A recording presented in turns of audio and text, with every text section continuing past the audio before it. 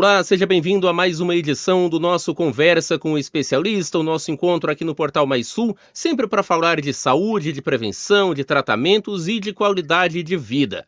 Um assunto que nós já falamos algumas vezes aqui no Conversa com o Especialista é de saúde mental. Entre a saúde mental, uma das doenças que mais afeta a população do Brasil e também mundial é a depressão.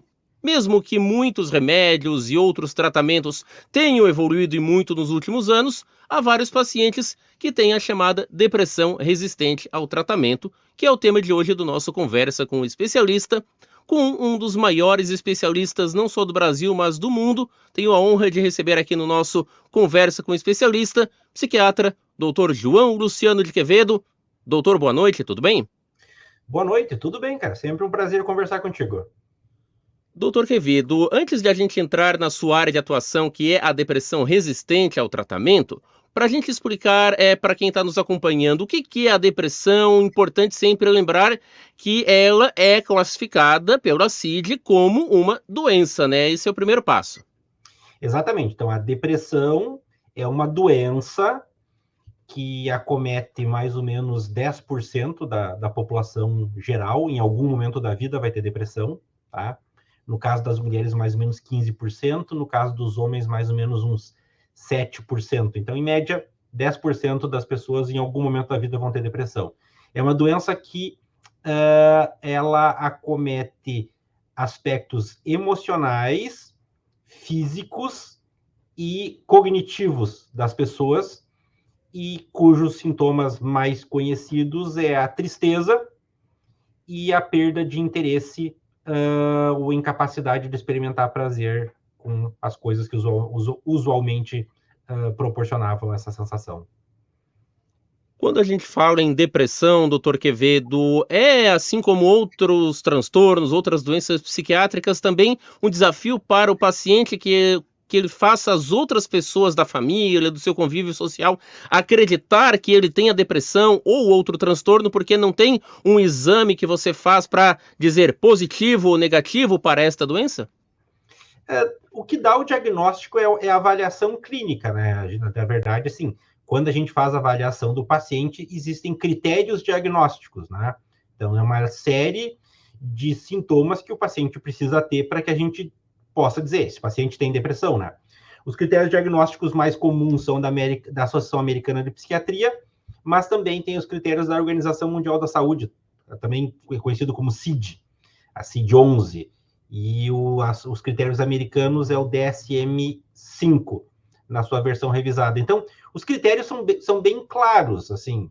A questão toda é que não vai ter uma tomografia que diga que tu tem depressão ou um exame de sangue, mas sim um conjunto de sinais e sintomas que, avaliados por um clínico, seja ele psiquiatra ou não, um médico bem treinado tem condição de fazer diagnóstico de depressão, se estabelece o diagnóstico e, tendo a doença, tem que tratar, né? Quais são as opções de tratamento, doutor? Nos últimos anos, tivemos muitos medicamentos que têm menos efeitos colaterais, que agem de formas diferentes no sistema nervoso central. Como é que são essas formas de tratamento quando a depressão ainda não é considerada um quadro resistente? Para depressão leve, tu tem a possibilidade até de não usar medicamento. Tu tem a opção de fazer só psicoterapia, tá? Para depressão de moderada a grave, necessariamente tem que usar medicação, tá? E, se possível, associar com psicoterapia também, tá? E para a maior parte dos pacientes, os tratamentos acabam funcionando, as pessoas melhoram e voltam a ter o funcionamento que elas tinham antes de ter a doença.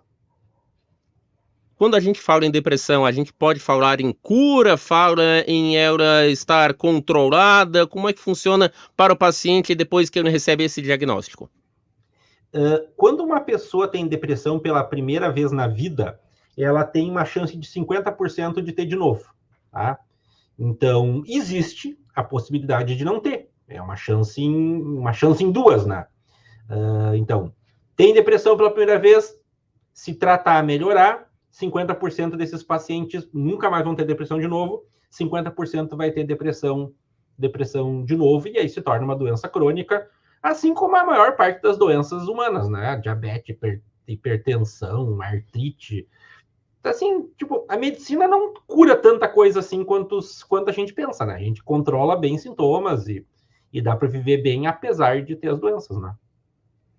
No caso da depressão e de outros transtornos e doenças psiquiátricas, tem a parte do médico, seja psiquiatra ou clínico, mas também tem a adesão do paciente a esse tratamento, né, doutor? Porque você não pode fazer uma cirurgia, o médico resolveu o problema e dali em diante o paciente está curado. Precisa que ele tome os seus medicamentos devidamente indicado, precisa que ele faça todo o acompanhamento e todas as orientações passadas pelo profissional, né?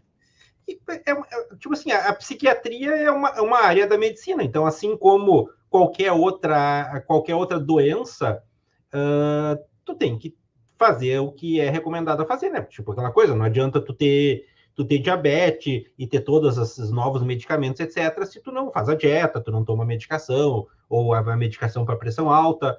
Então, doenças crônicas, elas requerem tratamento adequado. E para aqueles pacientes que foram abençoados com a possibilidade de eventualmente não ter depressão de novo, se elas não fazem o tratamento direito, elas não vão ter essa chance, né? Então não se tratar direito é a melhor maneira de transformar uma doença controlável, tratável e eventualmente até curável em algo crônico e de difícil tratamento, né? Exatamente, né, doutor? Que é quando entra principalmente a sua atuação, não só na clínica, mas também como um dos pesquisadores de grande renome no Brasil e no mundo nesse tema da depressão resistente ao tratamento. Quais são, quando a pessoa tem uma depressão resistente ao tratamento, as opções para que ela não fique desassistida? Então, assim, quando uma pessoa começa a ter um episódio de depressão e se prescreve uma medicação, existe uma possibilidade de melhora na faixa, como eu mencionei antes, na faixa aí de uns 50%. Se esse primeiro tratamento não funciona por qualquer razão, e tu tenta um segundo tratamento medicamentoso, a chance de melhorar cai lá para uns 30%, tá? E daí por diante, toda vez que tu vai, tipo, trocando do tratamento A para o B, para o C, para o D, é uma percentagemzinha pequenininha que vai melhorando cada vez que tu faz essas ajustes. Então, a gente diz que um paciente tem depressão resistente ao tratamento quando ele não melhora depois de tentar pelo menos dois medicamentos. Tá? O tipo de paciente que eu vejo, em geral, ele falhou pelo menos a 4. Tá? Então, esse é o tipo de paciente que eu vejo no meu dia a dia, são pacientes que falharam a 4 tratamentos, e aí tu tem, além de ajustar a medicação, além de psicoterapia, a gente se utiliza de outras estratégias terapêuticas em adição à medicação e à psicoterapia. Entre essas terapias adicionais, quando a pessoa já está nesse quadro, provavelmente há um longo período até chegar no seu consultório, na Universidade do Texas, onde você também atua, além da sua clínica do Instituto de Neurociências João Quevedo, em Criciúma, Tubarão, Turvo, aliás, Araranguá e Turvo, né, doutor?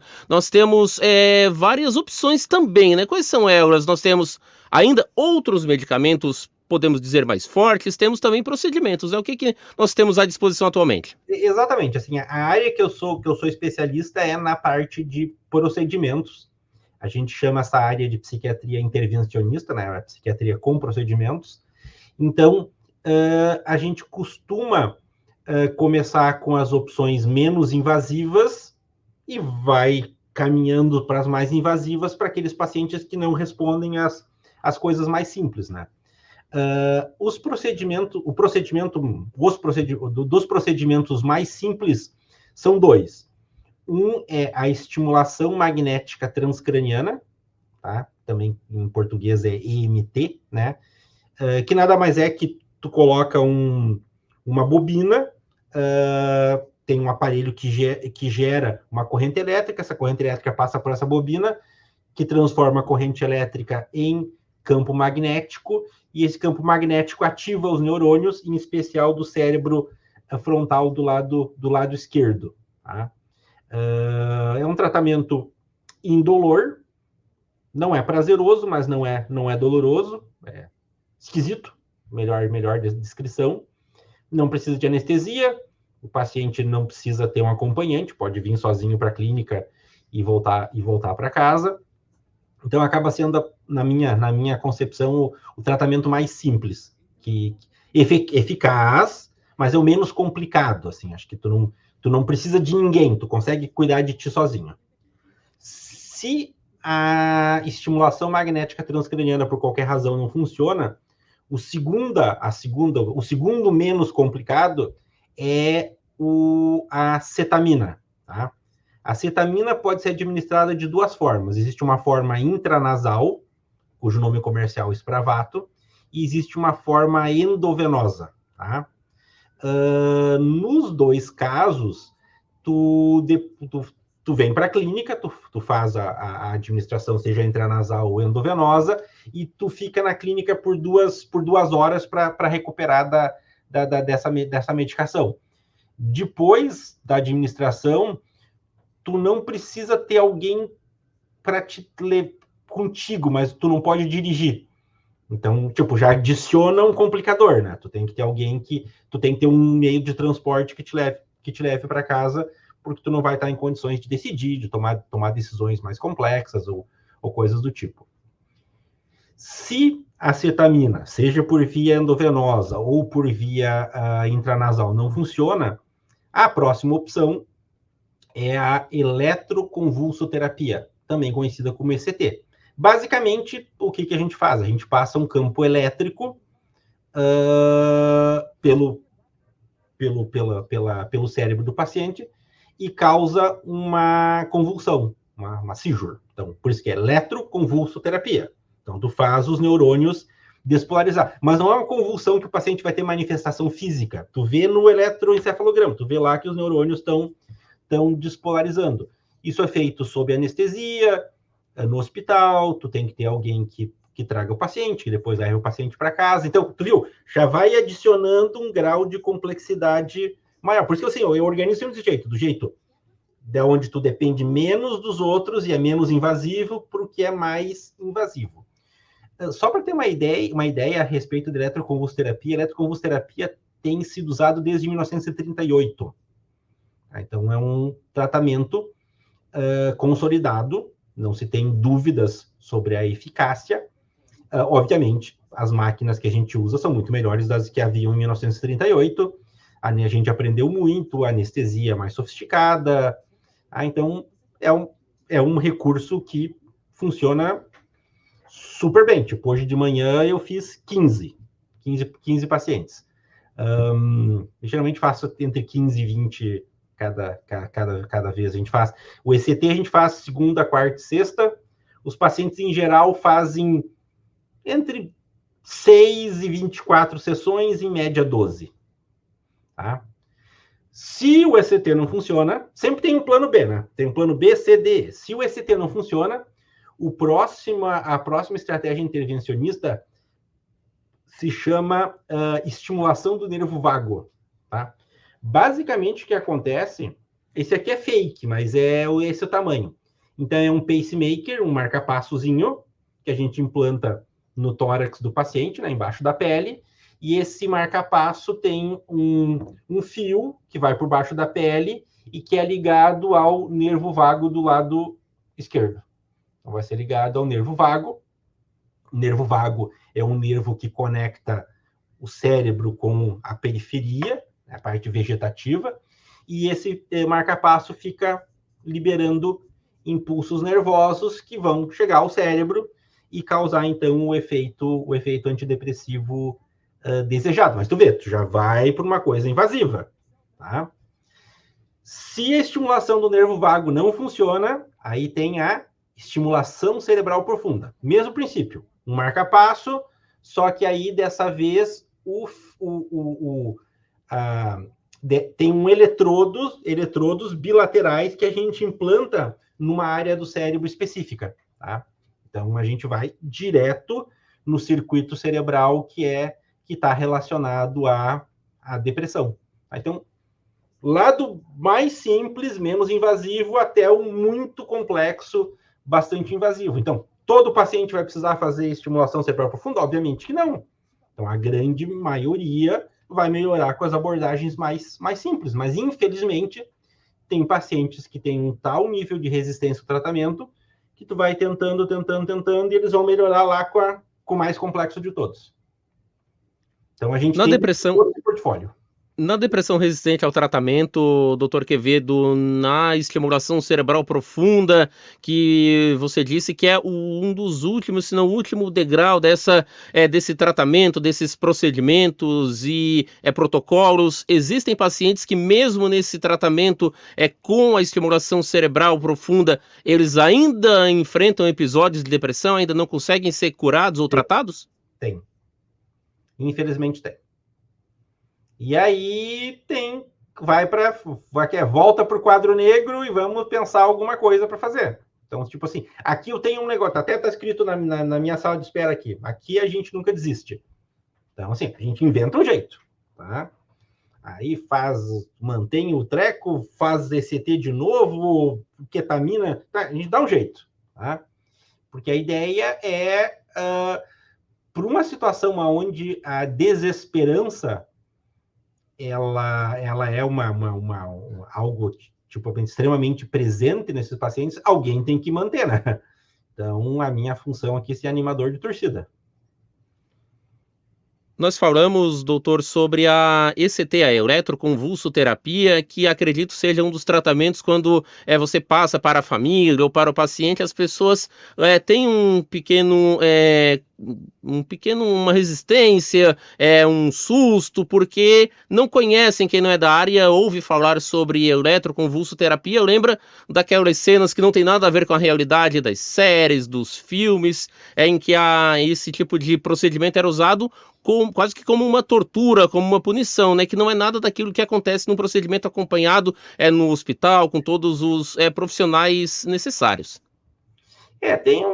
Assim, de uma maneira geral, cara, assim, tem muita fake news, assim, antes de criarem o termo, a psiquiatria já era vítima de fake news, assim. Eu acho que de todas as áreas da medicina, a que mais tem fake news é a psiquiatria, assim, porque psiquiatria todo mundo dá pitaco, né? Todo mundo acha que entende do assunto e que, tipo, eu não vejo gente dar pitaco na ortopedia, né? Sei lá, vamos...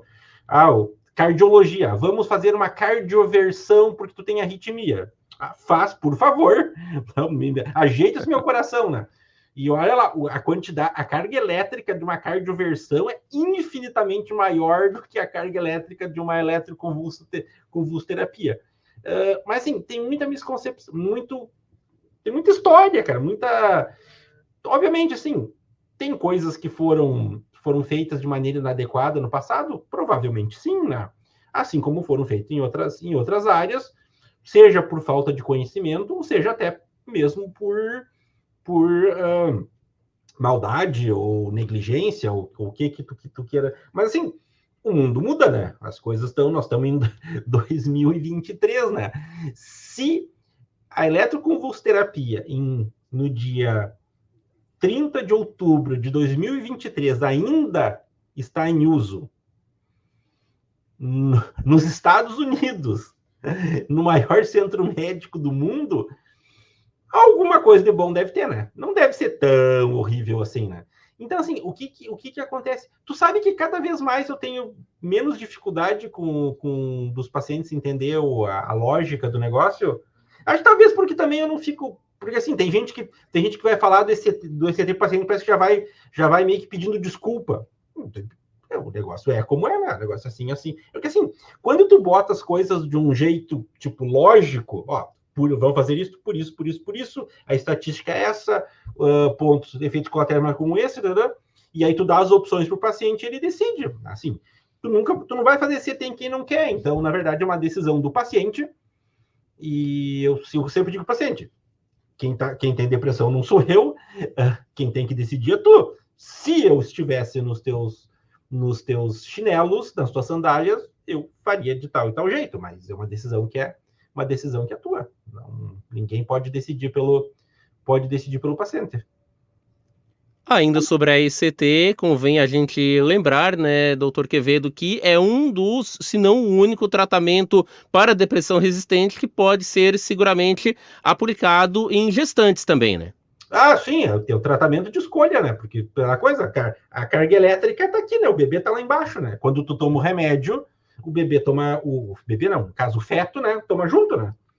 Então é uma opção boa. Acho que é um tipo, aqui a gente faz bastante e resultados bons. Funciona para todo mundo? Não, não funciona para todo mundo. Tem paciente que tem efeito colateral e tem que descontinuar por efeito colateral? Sim, claro que tem, assim como tem qualquer outra coisa. A gente tem que lidar com essas questões e ir ajustando de acordo com o paciente, de acordo com caso a caso. Obviamente, tu faz uma avaliação clínica com o clínico antes, com o anestesista, para ver se o paciente tem condição de fazer o tratamento, o procedimento. O procedimento é feito sob anestesia. Então, tem todos esses cuidados. Não precisa ficar hospitalizado, pode ser feito ambulatorial, o paciente pode ir fazer, recuperar e voltar para casa, não precisa necessariamente ficar hospitalizado. E também para quem, ao contrário de muitas pessoas que o conhecem, sabem da sua atuação, mas para quem ainda não sabe exatamente, além da psiquiatria clínica, mas da sua atuação, né, doutor Quevedo, como pesquisador, convém a gente frisar, lembrando que você é um dos principais nomes da psiquiatria mundial na depressão resistente, também em termos de pesquisa. Em que pé nós estamos falando de pesquisa, de melhorar esses tratamentos, esses procedimentos que nós temos hoje, ou mesmo de buscar, de tentar criar, de tentar descobrir novas técnicas para ampliar ainda mais as possibilidades para os pacientes? Tem muita coisa sendo estudada, assim. Acho que uma das coisas importantes atuais é o estudo com os psicodélicos, tá? Compostos análogos ao LSD, que vem sendo, e também compostos análogos ao êxtase, eles vêm sendo estudados para tratar depressão resistente. É experimental, então não dá para dizer que vai funcionar ou que não vai para funcionar, mas está sendo estudado, tá? Se acredita que no caso desses análogos ao LSD, eles causem uma reorganização dos circuitos cerebrais, tá? Mas não é simplesmente dar lá a psilocibina e deixa o paciente lá. Não. O paciente toma a psilocibina e ele fica em acompanhamento, em psicoterapia por 8 horas. Tá? É um procedimento. Não é tão simples assim. Então, isso está sendo estudado, isso é uma coisa. Por causa que o ECT, um dos efeitos colaterais do ECT são problemas de memória que podem acontecer se tu precisa usar a carga mais alta, porque o paciente tem dificuldade de ter a convulsão. A gente está estudando uma outra técnica chamada magnetoconvulsoterapia, que basicamente é tipo assim, tu tem uma convulsão, só que ao invés de tu causar essa convulsão por uma carga elétrica, tu causa essa convulsão por um campo magnético, tá? Atualmente tem 4 máquinas nos Estados Unidos, a gente tem uma delas, tá? Então a gente está estudando, comparando com o ECT para ver se a gente consegue ter o mesmo efeito do ECT, mas sem os efeitos colaterais. Então, são estudos iniciais. Tem um ensaio clínico grande que está para vir com a estimulação cerebral profunda, uma nova tecnologia para localizar o lugar certo de colocar o eletrodo. Assim, tem muita coisa acontecendo. É uma área que deve avançar bastante, mas ainda tem as coisas simples, conhecidas, disponíveis, que funcionam por um monte de gente, né? Então assim, acho que há disponibilidade de bastante ferramenta que funciona para praticamente, com certeza, a maior parte dos pacientes se beneficiam do que a gente já tem hoje. Essas técnicas mais novas, elas vão tornar os procedimentos mais fáceis, causando menos efeitos colaterais, tendo mais certeza de que vai funcionar, porque a gente consegue ser mais preciso no posicionamento no caso da estimulação. Por exemplo, no caso da EMT, da estimulação magnética transcraniana, tem um protocolo novo que, ao invés de tu fazer uma sessão diária de segunda a sexta por 4 a 6 semanas, tu faz 10 sessões diárias em 5 dias. Então, é um protocolo novo que está sendo estudado, que tem algumas evidências que parece que funciona, só que daí, para fazer esse protocolo, tu tem que ter uma ressonância funcional, que mostra exatamente o lugar onde tu tem que botar a bobina. Então, a gente chama de medicina de precisão, né? Então, são áreas que estão avançando e devem estar disponíveis para os pacientes em geral num período curto de tempo. Uma última pergunta, doutor Quevedo, sobre a acessibilidade, sobre a facilidade ou não de que as pessoas, principalmente aqui no Brasil, têm de acessar esses tratamentos aqui na nossa região, em Criciúma, no sul catarinense, seja por profissionais, por equipamentos e também pela própria questão de SUS, de planos de saúde ou financeiro para quem precisa pagar esses tratamentos particulares. Eles são acessíveis a boa parte da população? Eles têm um custo elevado? Como é que funciona? Vamos dividir por partes, assim. Vamos começar pelo Sistema Único de Saúde. Assim, o SUS não gosta de psiquiatria, tá? As pessoas que gerenciam a saúde pública, elas têm uma ideia delirante de que doença psiquiátrica não existe e que os CAPs vão resolver tudo, tá? Então, assim, o SUS não cobre nada dessas coisas, tá? Nem ECT, tá? Os hospitais públicos que eventualmente fazem ECT, eles eles têm prejuízo, eles não conseguem reembolsar do SUS. Só para ter uma ideia, cada procedimento médico, ele tem um código do SUS, tá?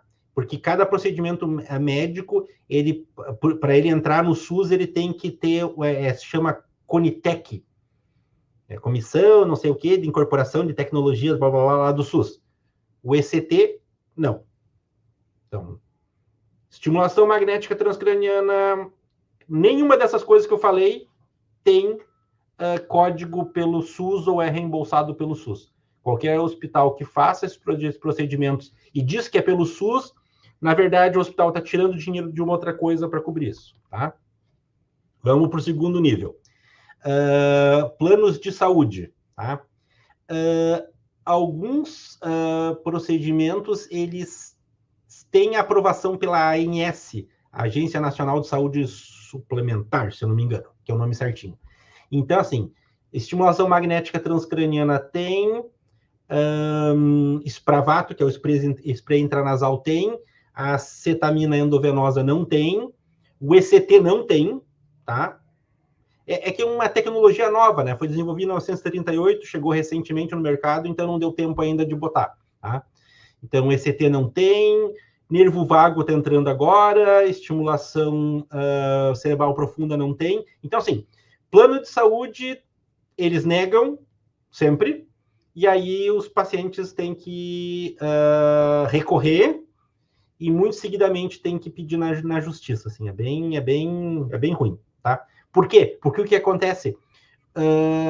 Existe uma certa correlação entre os planos, tipo, alguns procedimentos eles têm que estar no SUS para daí o plano incorporar ou coisas do tipo. Então, tipo assim, a malvadeza que é feita no SUS repercute, inclusive, nos pacientes de convênio, tá? Então, o que acaba acontecendo é que a maior parte desses procedimentos no Brasil são feitos particular. Infelizmente. Está certo, teremos muito mais assuntos a conversar, mas para não tomar muito mais o tempo do grande especialista nesta área, Dr. João Quevedo, que gentilmente aceitou conversar conosco direto dos Estados Unidos, da Universidade do Texas, depois de um dia de clínica, de atendimentos e procedimentos, nós convidamos para quem ainda tem dúvidas, né, doutor, para acompanhar o senhor no Instagram, porque tem bastante informação também sobre a depressão, que é uma das áreas em que você mais atua, mas também entre outros transtornos e doenças psiquiátricas. por favor, deixa o convite. E para as pessoas que têm interesse também em marcar uma consulta ou algo assim, como é que fazem para entrar em contato? Então, lá o meu Instagram é o @João, sem o acento, .Quevedo. Então, João.Quevedo, lá no Instagram tem todos os jeitos de me achar, estão lá.